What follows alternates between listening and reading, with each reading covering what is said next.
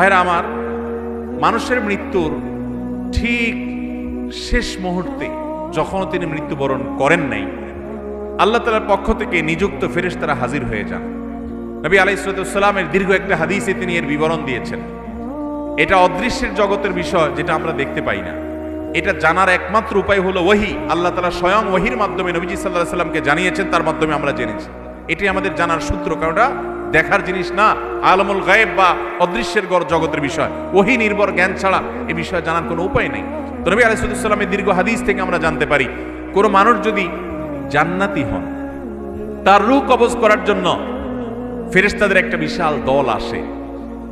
তারা এত সুন্দর করে আসে, উপস্থাপন হয় ওই লোকের সামনে, যে তাদের আচার আচরণ, তাদের ওই লোকটাকে অভিবাদন জানিয়ে আখিরাতের জগতে নিয়ে যাওয়ার জন্য, ওয়েলকাম জানানোর জন্য আসার যে ব্যবস্থাপনা, দামি মূল্যবান পাত্র, রুমাল, সেখানে রূহ কবজ করে নেওয়া, সেগুলোর জন্য যে আয়োজন থাকে, এটা দেখতে দেখতে সে আল্লাহর বান্দা, নেককার বান্দা, ইমানদার মানুষটা, জান্নাতি মানুষটা হাসতে হাসতে তার রূহটা বের হয় এবং দুনিয়া থেকে চলে যান। অর্থাৎ খুব আনন্দের সাথে তিনি চলে যান।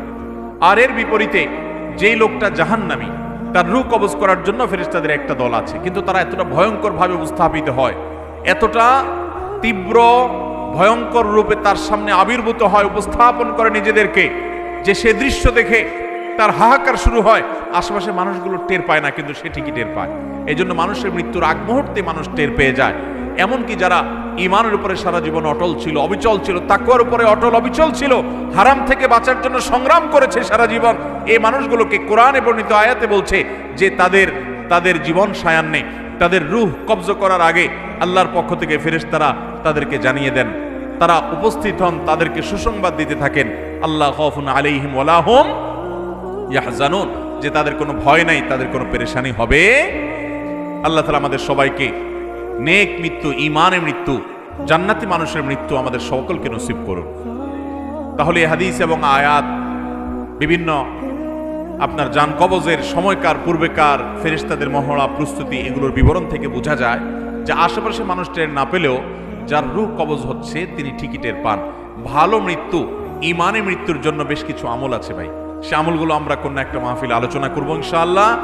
এই ঈমানের মৃত্যুর জন্য একটা কমন আমল হলো যে আমরা সবসময় ঈমান এবং নেক আমলের উপরে, ফরজ কাজ করার উপরে, এই যে ফজরের সময়, শীতের সময় ফজর নামাজ পড়া কষ্টকর, কিন্তু কষ্ট উপেক্ষা করে হলেও করবো। এইভাবে আপ্রাণ যদি চেষ্টা করে যান, নিজের সঙ্গে নিজে লড়াই করে যদি আল্লাহর ফরজ বিধান মানেন, হারাম থেকে বাঁচার চেষ্টা করেন, আপনার মৃত্যুর সময় ঈমান সাথে নিয়ে আপনি যেতে পারবেন ইনশাআল্লাহ।